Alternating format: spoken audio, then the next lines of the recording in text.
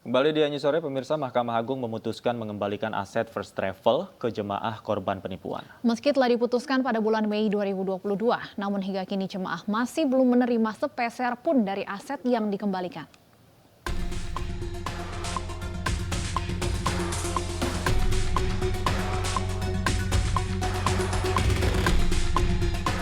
Kabar yang dinanti ratusan ribu jemaah korban First Travel akhirnya terwujud. Mahkamah Agung dalam putusan peninjauan kembali memutuskan aset First Travel dikembalikan kepada jemaah. Putusan ini sekaligus membatalkan putusan persidangan yang menyatakan bahwa aset First Travel dikembalikan ke negara. Keputusan pengembalian ini ditetapkan pada Mei 2022. Namun hingga kini putusan ini belum dieksekusi. Jemaah pun masih belum menerima ganti rugi atas kasus penipuan First Travel. Padahal tercatat total barang sitaan pada kasus ini sebanyak 820, sementara 529 diantaranya merupakan aset bernilai ekonomis termasuk uang 1,5 miliar rupiah. Penipuan travel perjalanan haji dan umroh PT First Travel merugikan puluhan ribu warga.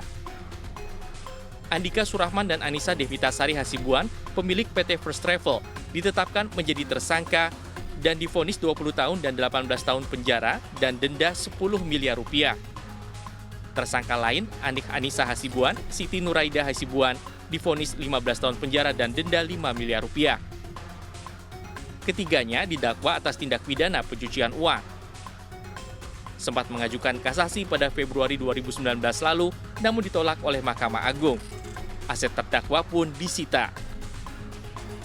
Pada 2017, PT First Travel membandrol biaya perjalanan umroh seharga 14,3 juta rupiah. Padahal, Kementerian Agama menetapkan standar yaitu 21 juta rupiah. Bukannya digunakan untuk umroh, dana setoran calon jemaah umroh digunakan untuk kebutuhan pribadi seperti membeli properti, perhiasan, perjalanan ke luar negeri, dan berpartisipasi dalam fashion show tersohor di dunia.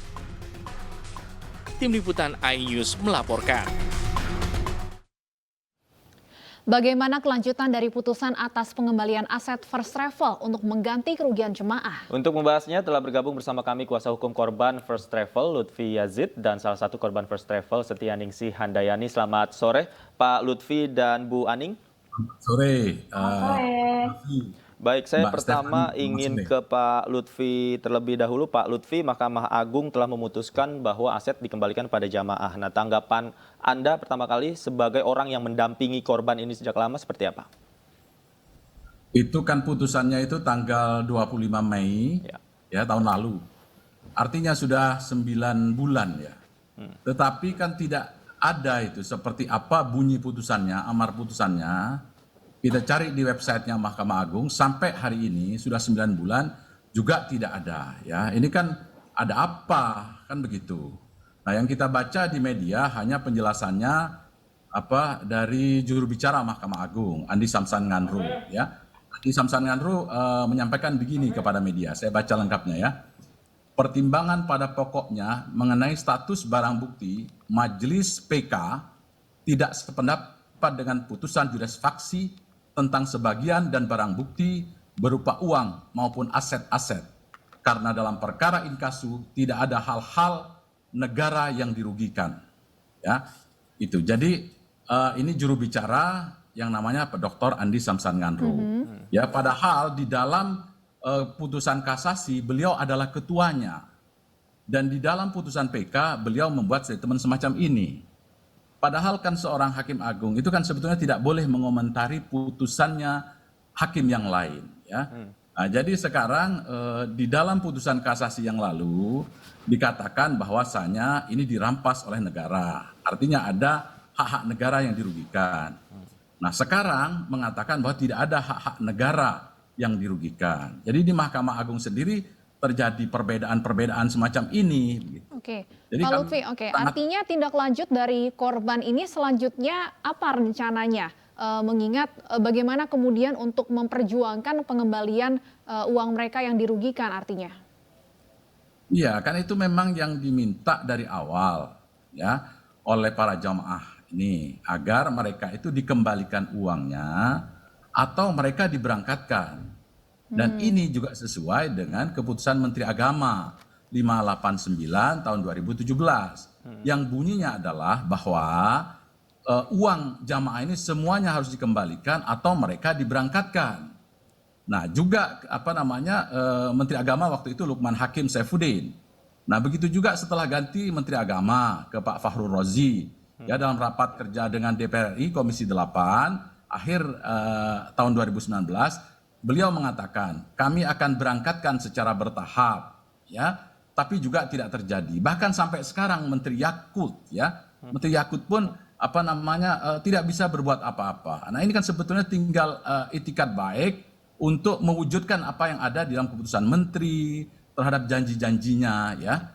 Begitu, Mbak Stefani. Baik, artinya tinggal itikat baik untuk merealisasikan janji-janji tersebut. Saya ingin ke Ibu Aning. Bu Aning, dana yang sudah Anda setorkan ketika itu berapa banyak dan berapa orang rencananya Anda dan keluarga akan berangkat?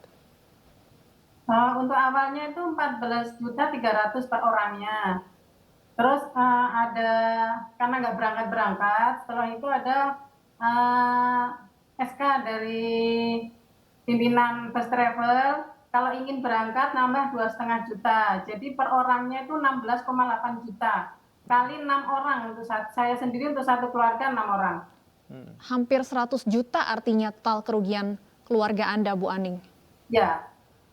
Baik, Bu Aning, Anda dan keluarga terus mengikuti perkembangan dari kasus hukum ini. Kalau dari keluarga harapannya uang dikembalikan atau diberangkatkan, Bu?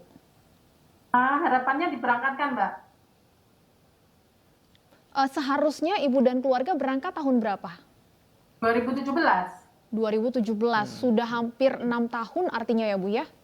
Iya. Sampai hari ini apa yang informasi terakhir yang Ibu dapatkan seperti apa? Informasi terakhir kan kemarin ada berita di detik.com itu bahwa MA memberikan keputusan bahwa aset yang disita itu akan dikembalikan kepada jamaah. Cuman yang perlu ditanyakan itu apakah dengan aset dikembalikan itu apakah sebanding dengan yang sudah disetor oleh jamaah. Oke, hal itu juga yang membuat Ibu justru berharap sebenarnya diberangkatkan saja daripada dikembalikan asetnya kepada Ibu dan keluarga, begitu, Bu, ya? Ya, jadi kalau menurut saya sih kalau misalnya MA mau bikin keputusan untuk dikembalikan, itu mungkin perlu, karena ini sejak putusan kan sudah hampir 5 tahun. Ya. Apakah asetnya itu masih ada atau tidak yang disita tersebut? Oke, baik. Apakah asetnya masih ada atau tidak? Saya ingin kembali ke Pak Lutfi. Pak Lutfi, apa jaminan bahwa aset dari para jamaah ini tetap ada dan nanti tinggal realisasinya saja yang dijalankan? Ya, kalau tentu kan sudah disita 4 tahun dan dengan sidangnya sudah 5 tahun. Tentu di sana sini pasti ada penyusutan, ya. Kalau yang saya ingat tuh aset mereka itu selain restoran di London, ya, ada juga rumah di Bogor, kemudian tanah-tanah di Lombok, ada apartemen dan lain-lain, ya. Nah, ini kan harus harus dilacak juga kalau memang masih hartanya Andika CS itu masih ada begitu. Dan kemudian kalau ada peralihan-peralihan yang tidak legal juga harus dibongkar begitu. Nah itu, jadi ini harus pekerjaan masih panjang sebenarnya. Pak Lutfi, cukupkah sebenarnya aset dari First Travel ini untuk mengganti rugi seluruh korban? Ya itu kan 63.310 ya. Kalau klien saya sendiri yang 13 agen ini yang dengan Bu Aning ini kan klien saya. Saya bekerja secara pro bono ya, secara cuma-cuma, itu jumlahnya saja sudah 25 miliar ya. Nah, sekarang saya nggak tahu berapa ininya total aset mereka begitu. Kan dari awal kan tidak transparan ini. Ya, jadi ada peralihan-peralihan yang kita nggak tahu, kan harusnya dijelaskan semua dalam persidangan itu. Tapi kan nyatanya juga tidak. Dan kita sempat protes waktu itu. Oke, artinya yang menjadi pertanyaan mungkin Bu Aning dan kawan-kawan ini memang betul. Apakah asetnya masih ada, kemudian cukupkah asetnya untuk mengganti dana-dana yang sudah disetorkan oleh para jamaah kepada First Travel. Nah, kemudian dari kacamata Anda untuk merealisasikan hal ini, kendalanya ada di mana sih, Pak Lutfi? Ada di asetnya itu. Tentu asetnya menurut kami itu tidak akan cukup untuk mengcover 63.000 itu. untuk mengcover 63.000 itu pasti tidak akan cukup mereka ya. Baik. Jadi Oke. Artinya dan kalau juga dari kuasa hukum dan korban sendiri melihat sebenarnya solusinya seharusnya seperti apa, Pak? Mekanisme penggantian rugi kepada jamaah. oh itu kan eksekutornya kan jaksa penuntut umum ya. Dialah eksekutornya. Tetapi kan dia juga nggak tahu sampai sekarang kan bunyi amarnya bagaimana ya. Asetnya itu harus diserahkan kemana. Kan harus diajukan permohonan kepada Kajari ya di Depok tentu saja. Dan itu berjenjang kan. Ada Kajati Jawa Barat, dan kemudian ada Kejaksaan Agung. Kalau memang yang sebelumnya dirampas oleh negara karena PK itu tidak menghalangi eksekusi, maka harus berkoordinasi dengan Kementerian Keuangan. Ya, dan itu kalau sudah di level Kementerian Keuangan, maka itu adalah kewenangan Jaksa Agung. Baik, Jadi kalau kita tadi berharap kita berharap negara itu terlibatlah, hadir dalam persoalan ini ya. Sebagaimana mereka hadir dalam beberapa kasus yang lainnya, negara juga mengganti rugi, membailout beberapa yang lainnya dalam kasus PT Lapindo Brantas, kasus Senturi, kasus apalagi Jiwasraya dan lain-lain. Oke, Begitu Mas, Mbak. baik, artinya kalau tadi diduga sebenarnya asetnya tidak mencukupi untuk mengcover seluruh kerugian jamaah, apakah ada cara lain, Pak Lutfi, yang bisa dilakukan barangkali oleh negara seperti tadi Anda katakan untuk campur tangan untuk membantu pengembalian aset ini pada jamaah agar tercukupi? Ya pasti dong, itu kan tergantung negaranya mau nggak, pemerintahan mau nggak melakukan hal yang sama, yang serupa. Seperti dilakukan dalam kasus Berantas itu kan hampir 1 triliun juga. Ditalangi juga berdasarkan keputusan Presiden nomor 13 tahun 2006 ya. Kemudian juga dalam kasus Bank Senturi 6, sekian triliun itu juga ditalangi. Kemudian Jiwasraya ada 22 triliun itu juga ditalangi ya. Nah kenapa dalam kasus ini kok tidak? Padahal ini adalah hak-hak fundamental dari warga negara yang dilindungi oleh konstitusi, oleh Undang-Undang Dasar. Baik, Bu Aning, 6 tahun bukan waktu yang sebentar ya. Bagaimana Anda dan keluarga tanggapan selama ini saat mengikuti proses hukum dari kasus First Travel ini? Saya sendiri sebenarnya menunggu itikat baik dari pemerintah. Karena kalau melihat aset sendiri kan kayaknya kalau dibagi ke jamaah pasti dapatnya kecil sekali.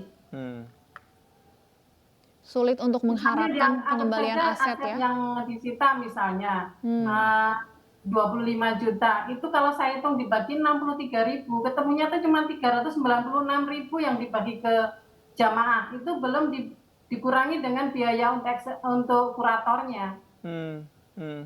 Artinya, Jadi kan kita mengharapkan itu solusi dari pemerintah untuk jamaah itu diberangkatkan.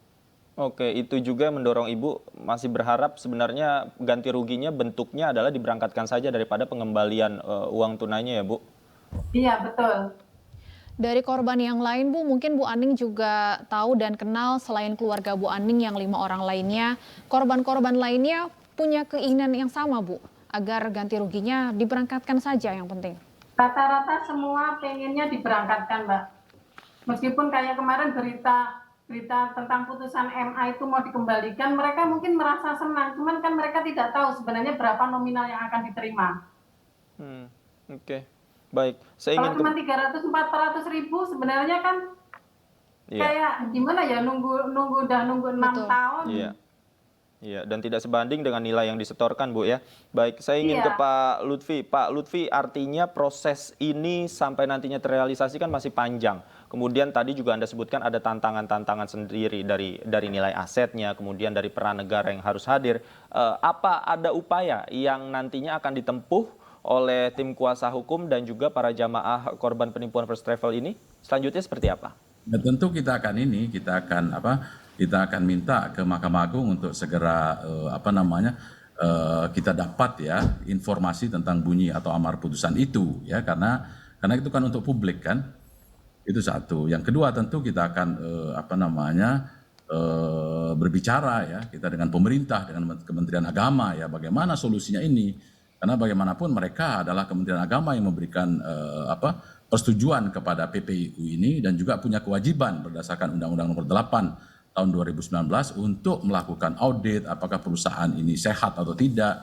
Ya, jadi itu adalah kewajiban dari Kementerian Agama ya untuk memastikan. Kapan terakhir korban atau melalui kuasa hukumnya diajak untuk bertemu dengan pihak Kementerian Agama, Pak Lutfi? Oh, kita ketemu ya, kita pernah ketemu dengan Pak Fahru Rozi ya ketika rapat kerja dengan DPR RI Komisi 8 ya. Ada 21 anggota DPR RI Komisi 8 ya dari 9 fraksi yang hadir ketika itu. Dan kita berjumpa dengan Pak Menteri Fahru Rozi yang ketika itu berjanji ya akan memberangkatkan secara bertahap, dan itu di dalam rapat DPR loh ya. Di dalam rapat DPR, dan kemudian kita juga berkirim surat kepada Presiden juga. Kita juga ketemu waktu itu dengan KSP ya, dengan Bapak Dr. Ngabalin ya. Kita minta tolong waktu itu, diterima oleh beliau di kantornya, dan beliau berjanji untuk menyampaikan kepada Presiden juga waktu itu. Artinya bolanya saat ini ada di mana Pak sebenarnya? Apakah ada di Kementerian Agama untuk merealisasikan ini semua atau seperti apa? Ya tentu saja ya, karena di dalam keputusan Menteri Agama 589 itu bunyinya seperti itu, harus diberangkatkan atau diganti seluruhnya ya. Saya kira ini harus clear ya. Harus sebuah keputusan menteri ya, itu kan harus bisa dilaksanakan. Kita kan negara hukum ya. Negara hukum itu kalau kita periksa dalam konstitusi, di dalam konstitusi itu lebih banyak kata-kata keadilan, ada 21 kali kata keadilan itu dibanding hukum. Hukum itu ada 18 kali. Artinya apa? Yang harus diwujudkan itu adalah keadilan. Dan kalau kita periksa di dalam konstitusi, tidak ada itu kata kepastian hukum saja.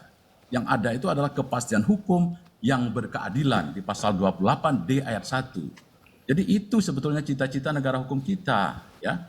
Tentu kita ini apapun agamanya kan itu dilindungi ya sebagai fundamental right di dalam konstitusi ya.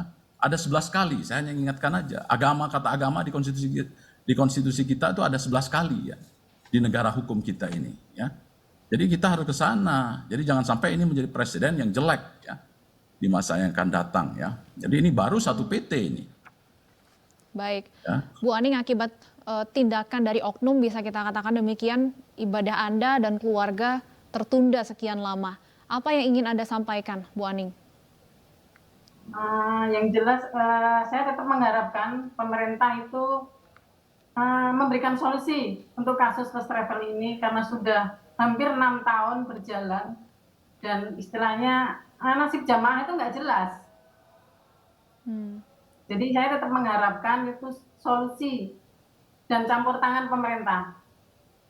Baik, semoga harapan ini didengar, Bu Aning. Ya. Pak Lutfi, kami akan terus kawal. Semoga para korban bisa segera mendapatkan ganti rugi atau sesuai dengan harapan ya, bisa segera diberangkatkan untuk beribadah yang sudah tertunda sekian lama. Terima kasih Bu Aning dan Pak Lutfi sudah bergabung bersama kami di Ini Sore.